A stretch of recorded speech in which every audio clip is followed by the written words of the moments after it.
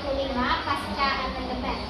Saya, Sofia Aulia, yang akan bertindak sebagai moderator akan memandu jalannya diskusi ini. Sebelum kita memulai, izinkan saya memperkenalkan tim penyaji kita hari ini yang beranggotakan rekan-rekan terbaik. Ada Putri Diana, ada Diva, Mentari, dan Naufal Aziz. Tim ini akan memaparkan materi mulai dari perubahan mendasar dalam sistem ketatanegaraan hingga analisis kritis terhadap makna sakral pembukaan Undang-Undang Dasar 1945. Untuk mengawali, kami persilakan kepada tim penyaji untuk menyampaikan materi yang telah disusun. Kepada tim penyaji, waktu dan tempat kami persilakan. Perubahan mendasar Undang-Undang Dasar 1945, Amandemen 1999 sampai 2002.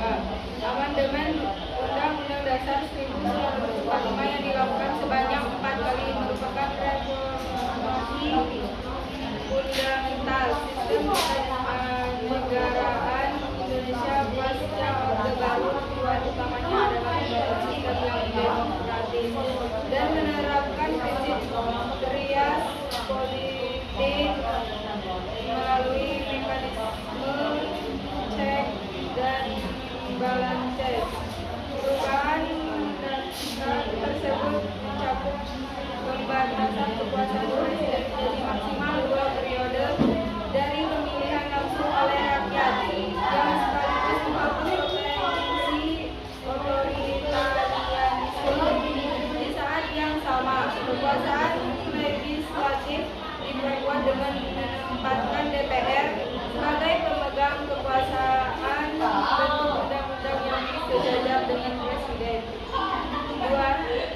Perubahan mendasar atau 4 perubahan paling fundamental. 4 perubahan paling fundamental mendasar dalam sistem ketatanegaraan Indonesia setelah amandemen 1999 sampai 2002 adalah perubahan kekuasaan presiden, pembatasan masa jabatan presiden maksimal 2 periode, dan penggunaan kekuasaan presiden agar tidak menjadi otoriter.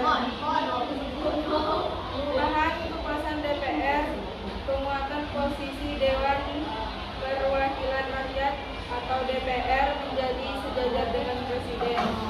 Tak bukan lagi subordinat. DPR kini memegang kekuasaan membentuk undang-undang.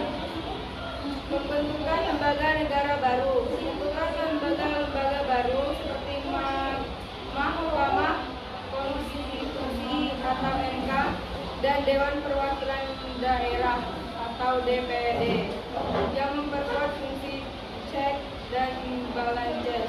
Perubahan sistematika. Perubahan dari UUD yang terdiri dari pembukaan batang tubuh dan penjelasan menjadi pembukaan dan pasal-pasal saja. Penjelasan UUD 1945 dihapus. 3. Alinea ketiga, motivasi spiritual. Mengapa penting? Alinea ini menunjukkan bahwa kemerdekaan Indonesia bukan semata-mata hasil perjuangan fisik, melainkan juga anugerah dan rahmat dari Tuhan yang bermetode amandemen. Mengapa memilih metode amandemen? Karena metode ini bertujuan untuk mengubah dan menambah sebagian dari UUD yang sudah ada, tanpa mengubah pembukaan UUD 1945 dan tanpa mengganti seluruh UUD, tetap mempertahankan kerangka dasar. Apa dampaknya? Dampaknya adalah UUD 1945 menjadi lebih terperinci, demokratis, dan modern dengan penambahan bab tentang hak asasi manusia, HAM, serta mengatur lembaga-lembaga baru. ESA ini menegaskan bahwa negara berketuhanan dan meletakkan dasar moralitas yang tinggi bagi penyelenggara negara. 4. Analisis kritis. Apakah UUD kita sudah sempurna? Secara normatif, tidak ada UUD yang sempurna. Setelah 4 kali amandemen, UUD 1945 menjadi jauh lebih baik dan isi atau substansi yang masih diperdebatkan. Wacana amandemen lagi, perdebatan tentang perlunya amandemen kelima, terutama terkait dengan usulan menghidupkan kembali GBHN, garis besar haluan negara, atau mengubah cara pemilihan presiden, penguatan DPD. Perdebatan mengenai perlunya penambahan kewenangan DPD agar lebih efektif sebagai representasi daerah. Selanjutnya untuk pertanyaan pemandu, pertanyaan pertama, mengapa sakral pembukaan UUD 1945 disebut staf fundamental norm atau pokok kaidah negara yang fundamental? Karena pembukaan UUD 1945 memuat dasar filosofis dan dasar normatif intinya negara Indonesia. Ia adalah sumber hukum tertinggi dan cita hukum atau reside bagi seluruh peraturan di bawahnya. Mengapa tidak boleh diubah? Mengubah pembukaan berarti membubarkan negara proklamasi 17 Agustus 1945. Ia adalah perjanjian luhur dan wujud dari standar berdirinya negara yang telah disepakati para pendiri bangsa. Pertanyaan kedua, alinea ke-1 dan ke-2 kemerdekaan. Yang pertama ada objek atau TKP. Kemerdekaan adalah hak segala bangsa. Yang kedua ada motivasi atau dalil yang dimana terdiri dari dalil objektif, yaitu bahwa kemerdekaan itu adalah hak segala bangsa, dan dalil subjektif, yaitu perjuangan bangsa Indonesia. Dan yang ketiga, alinea ketiga atau motivasi spiritual, yaitu mengapa penting?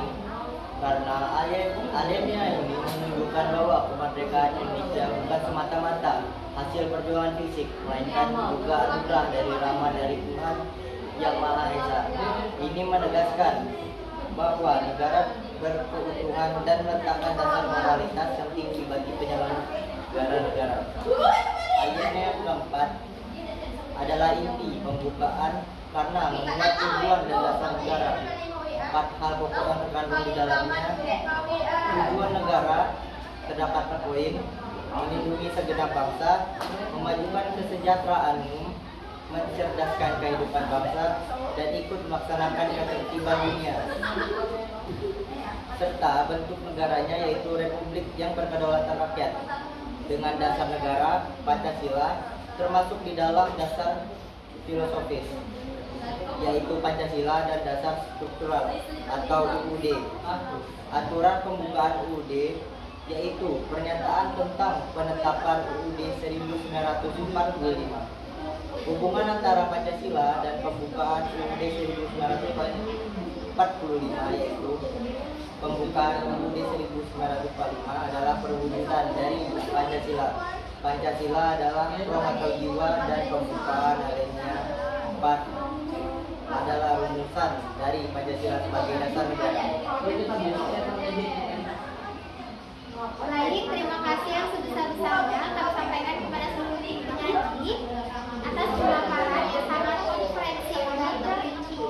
Kita telah mendapatkan pemahaman yang mendalam mengenai reformasi sistem ketatanegaraan dan peran sentral pembukaan Undang-Undang Dasar 1945 sebagai staf fundamental norma.